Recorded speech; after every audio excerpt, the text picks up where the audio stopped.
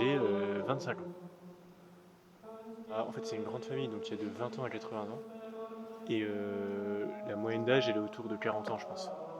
Mais en fait, ça bouge tout le temps parce que là, vous voyez, on a envoyé 7 frères à Pau. C'est plutôt des pères actifs, donc ils vont tous autour entre 30 et 50 ans, quoi. Et ici, on a plutôt les anciens et les jeunes. Donc ça change un peu la vie de tous les jours. Et puis on a des rentrées régulières. Là, par exemple, en septembre, il y a eu 2 jeunes qui sont rentrés, qui ont 21 et 22. Donc pendant 4 ans, moi j'étais le plus jeune. Et là, bah, ça y est, je suis pas le plus vieux, mais je fais partie des ceux qui sont déjà entrés, quoi. Donc ça fait combien de temps que vous êtes là? Moi, ça fait 4 ans. Et je suis entré, j'avais déjà fait quelques études. J'avais fait 5 ans d'études, parce que j'ai passé mon bac un peu plus tôt. Moi, je cherchais à devenir prêtre diocésain.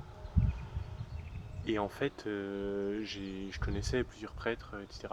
Et le point commun entre tous, c'est qu'ils étaient très seuls. Donc ça m'a frappé. Et je me suis dit, à la fois je les admire, en même temps j'ai pas envie de vivre la même chose, parce que je me suis vraiment pas capable. Et donc j'ai cherché une forme de vie où on soit à la fois au service du diocèse, voilà, de la mission ordinaire de l'Église, et en même temps où on vive ensemble. Et donc bah, la vie religieuse, elle correspond bien à ces deux aspects. Et puis comme j'étais un peu historien, je connaissais les chanons réguliers, donc qui sont exactement cette forme de vie de prêtres au service d'un diocèse, mais qui vivent ensemble la vie religieuse et qui prient ensemble. Et donc des abbayes de chanons réguliers, il y en a très peu en France, il y en a 3. Il y en a une en Normandie, une dans la vallée du Rhône et une ici. Enfin des grandes abbayes, ensuite il y a des petits prieurés. Et, et du coup la grâce c'est celle qui m'a le plus parlé. Voilà.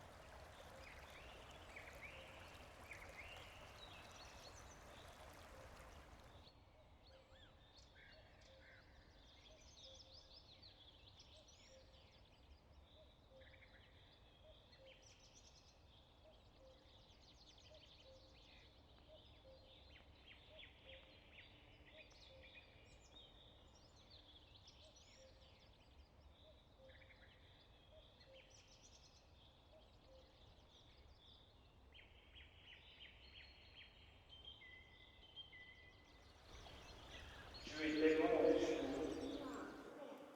Eh bien, être jaloux de Dieu, c'est désirer sa gloire ou sa puissance. C'est bien désirer cela, mais non pas pour nous, c'est désirer cela pour Dieu lui-même. C'est désirer qu'augmente sa gloire et sa puissance sur la terre. C'est désirer que s'étende son royaume d'amour sur la terre, son royaume d'amour, de justice et de paix, que ce royaume brille pour la terre.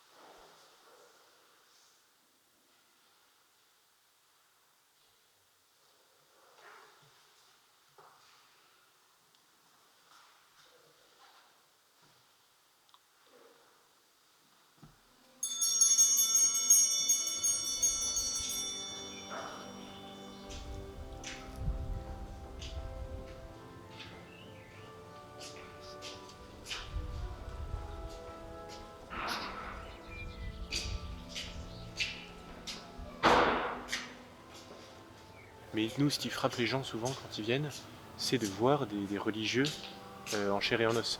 Ils nous demandent parfois si on est déguisé ou on dit oui, on est déguisé toute la vie comme ça, quoi. Et c'est nous qui leur faisons la visite, donc ils entrent en contact avec un religieux et souvent ils disent c'est rare que dans les abbayes on ait ça. Moi je m'occupe de la lingerie, donc laver les vêtements de tous les frères, leur fabriquer, parce que les soutanes doivent être sur mesure, adaptées à chacun. Donc commander le tissu, et puis les entretenir, les stocker. Voilà, donc c'est une mission au service des frères, un peu comme ceux qui s'occupent de la cuisine. C'est vraiment on peut dire de façon générale que les plus jeunes ont des missions plus matérielles, enfin plus de la vie quotidienne, quoi. Et les plus anciens ont plutôt des missions de gouvernement ou alors de communication. Enfin, l'idée c'est que chacun participe au bien de la maison et donc tout le monde a sa part. Et la brasserie pour le coup c'est un peu différent parce que c'est pas juste pour la communauté, mais c'est aussi pour en vendre à l'extérieur. Vous voyez, la finalité est un peu différente. Et là le but c'est d'avoir une source de revenus complémentaire, parce qu'on vit beaucoup de dons. Mais le but c'est qu'on puisse aussi... alors il y a aussi une bonne partie de nos recettes, on va dire, qui viennent du magasin. Et là voilà, ça fait un produit que fait nous-mêmes. Alors en fait, ma soutane elle est marron parce que la bière s'attache. Et une tache de bière sur l'habit, c'est pas terrible. Ça fait pas très crédible, quoi. Alors là on a pas mal de dons parce que on reconstruit le transept. Et donc depuis 20 ans on fait des travaux dans l'abbaye, et donc ça forcément ça attire la générosité des gens. Ils disent voilà, ils restaurent une abbaye, on va donner, et donc ils donnent pour la communauté en même temps. Okay.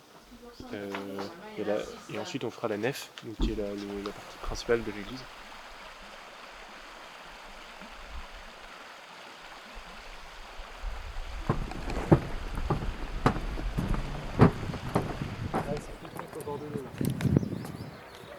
Le jardin et on voit bien un peu la taille du village. L'église du village et les restes d'une muraille qui permettait de protéger. Ouais, c'est donc un reste, une muraille qui en bas dans un petit peu des restes. Une muraille qui protégeait le village. Et on voit donc la nix en haut là au niveau du rocher, au niveau du feu, qui atteint la région l'été dernier.